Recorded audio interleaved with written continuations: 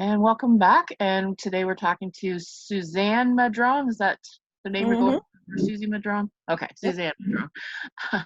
And you wrote, you actually put a reprint.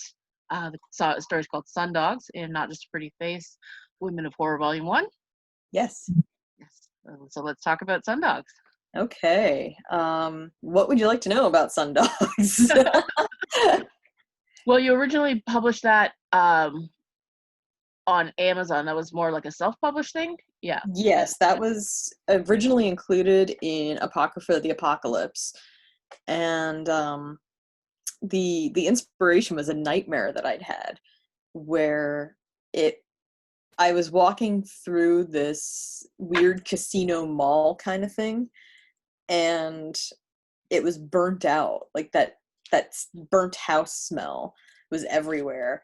And I've lived through a house fire, so it's like near and dear to my heart, really, that here's this like burnt smell of house, and Berber carpeting and slot machines. But it was a really terrifying dream, and it stuck with me. And all I remember throughout the dream was everybody that had survived whatever had happened to burn this place out. They were burnt, I mean, like really, really burnt. They kept saying it was sundogs, and it was like these creatures coming like straight out of the sun. Yeah. And I was like, that is terrifying. That's like a solar flare that can kill you. Those are some pretty good monsters in the story, and then obviously the twist at the end of this ancient evil um, coming back was really fun to read. Um, so you write a lot of short stories, but do you ever feel like, or at least this is what I felt like, that a short story, that this just needs to be something part of a longer story, or do you try to keep short stories to their? It depends.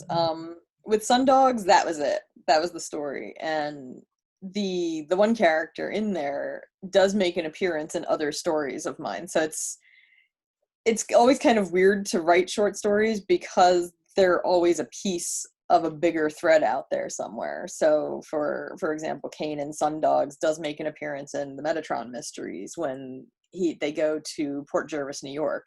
They're looking for a doctor, and he's living in Port Jervis in this hole in the wall apartment, and they find him, and he's like, "Don't tell anybody that you saw me." He like slams the door. Yeah, the Kane character is a really interesting one because you do get the feeling that, well, I mean, obviously he doesn't want anybody to know where he is. So No, he's done. So yeah, so I mean, he makes an appearance. Pazuzu and Marduk in the Metatron mysteries make appearances throughout the Immortal War. Koth makes an appearance in the Immortal War series. Um, Lily makes appearances in the Metatron mysteries along with Scylla and Nemesis. So the Immortal War and the Metatron mysteries kind of have a lot of cross feeding going on. interesting. Yeah, I have read a little bit of your work, but not the full the full body, of course. So which of course leads us into what work you've got available and what's out there. Oh my gosh, I got lots. Yeah, you're a pretty prolific writer. I'm always amazed at how prolific some writers are, and you're one of them. Just keep pumping it out. Well, it's been since, let me think. I wrote Nemesis in 1992, I think it was. So that was like my first real putting something out there. And then so since 1992 to today. So it's not like, I've just been like working a year and putting stuff out. It's been over a long time, decades. Yeah. But yeah, I've got The Watershed, that is a reprint, that was included originally in Shadows Over Main Street 2. And I just put it out in print format, and it looks so cute. So I like these little books. Like I have a collection of little books now because I really like them. But these are the two that are near and dear to my heart, because both of them got accolades from some pretty big names in horror. So I was very excited about that. Like, yay me. Nice. So So yeah, there's go oh, I ahead. was gonna say, what is it about horror that draws you as a writer? It's a safe scare, and usually the good guys win, usually, most of the time. And I just had this conversation actually on my page last week or 2 weeks ago, where we were discussing what makes some of the best horror, because I just finished the book House of Leaves, and I Guest star there. so I just finished House of Leaves, and what made it so interesting, so everybody is kind of split on it, where some people say it's a horror novel, some people say it's a love story. I say it's a love story. It's totally a love story. Every single bit of it is a love story. And I think that's what makes it so successful also as a horror novel too, in the horror camp, is because there has to be that love, that emotion, that like raw gut feeling, and it has that. And I think that's what draws me to the horror genre, is the love of it. There's that depth of emotion that you don't get in a lot of mainstream works. So there's always something that sticks with you. Whereas, if I read something more literary, it's like I might remember bits and pieces, but I don't get that gut reaction to it. Mm-hmm. And with horror, there's always a gut reaction of some sort. Mm-hmm. Be it good, be it bad, be it a phrase that plays over in my head, over and over. Stephen King is infamous for getting stuff stuck in my head. And I think he does it on purpose, and I'm pretty sure that's his technique, is he has like catchphrases in each book, Yeah. and it just kind of repeats throughout the book, and the next thing I know, I've got it playing over and over and over in my head. So Yeah, well, I was explaining to, I think it was last night, to I can't remember if it was Alice or Valerie that I was talking to, but there's a book called Write Like the Masters by William Kane, and he does a chapter on Stephen King and how Stephen King builds suspense through a call and response system. yep, So he introduces a problem like Jack's drinking in The Shining, and then he yep, keeps referring back to it, and each time just increases the tension just a little bit until you get the payoff. And exactly. but this is the same technique that vaudevillians use. So they'll introduce a joke and a setup, and then they'll keep referring to it, and it gets funnier every time. And Yep. it's the same call and response system. And so it's kind of fun once you know this about King to go back through and start underlining where he does this, right? Yep. um and I agree with you. I just did a little video about, why I love horror, and the main thing is, yeah, the bad guys are usually bested, and a lot of the time there's a happy ending where we don't get one in real life, and real life is a whole lot scary. It's true. And I mean, one of the things that I like to do is not write a definitively bad guy. There is no definitive villain. They've got something about them that's a redeeming quality. So they're almost like an anti-hero more than a villain. Because in real life, usually, we don't have true villains. We've got people who are just shattered and flawed. And we hope that somewhere deep inside, there's still something left that we can salvage. So that's one of my favorite things to write, is that villain, that bad guy that has something, some spark of humanity left in them. Now, in the case of the Immortal War series with Janos, for an entire series, you think this guy's just a villain, pure evil. But at one point, there's a flicker, and I don't know if everybody caught it, but he does show that he's got a spark of love.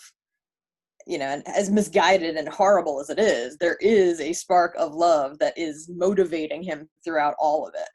Mm-hmm. And it's made more awful because of it.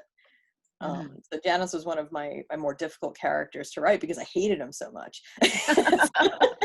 I just absolutely hated him. So yeah. Well, I find even with the most unrepentant villains, the ones you always, at least as I always try this, the ones that believe that they're doing the right thing are always the worst. Oh, Dolores Umbridge in Harry Potter is greatest example of that, because she absolutely 100% believes in what she's doing, and she's horrible. And she's a completely unrepentant villain, and she's a terrible person. Oh And yeah. she even, I mean, almost humanized by her backstory, but no, she's terrible. And so it's fun to create villains like that, but they always believe that what they're doing is right, and The road to that's hell what is makes paved with games. good intentions. Yeah, yeah, exactly. Which is Although kind of, your road to hell seems a whole lot more fun than some. well, I mean, like with the Metatron books, it's funny because that phrase keeps playing through my head while I'm writing. Is the road to hell is paved with good intentions, and Mhm. the demons in those books are constantly like, how the hell did we get here? And they're more lost than anything. They're more human sometimes than even the human characters in that series. So they're just absolutely confused. Yeah. Every once in a while, though, it's also fun to just write a totally unrepentant piece of crap who gets a comeuppance too. Oh yeah, I was and talking to Valerie about her story, and that's complete. Like, nobody in that story is redeemable, but it's great when you get the comeuppance oh too. yeah, and with Sundogs, it's kind of weird because the main character's been repentant for so long that when his uppance finally does come, it's almost a relief. Yeah. It's just like, thank you. Can we please just end it now? Yeah. Yeah. Yeah. At this point, he's being put out of his misery. Yeah, exactly. So that was sort of the overarching theme is, especially like when he meets some of the demons from the Metatron mysteries, and some of them are just jerks, and they're definitely the managers of hell. They're just like, yeah, I love my job. And it's so funny to think of hell having an administration and a Yeah, bureaucracy, like a corporate hierarchy. which sometimes makes you think, no, that's probably about right too, if you've ever Like worked they in corporate. invented the corporate hierarchy. They invented triplicate and cover sheets. Yes. Um, so what else? I always like to ask where do you get your ideas, and what do you consider some of your influences? Now we've talked about dreams, but Hmm. some other ideas. um, Sometimes conversations, sometimes uh, just an idea will flash into my head, like one snippet of a word will flash into my head, and I'll write it down. And I've got a box that I throw scraps of paper into, and I've also got a Google Drive folder that's filled with fragments of stuff.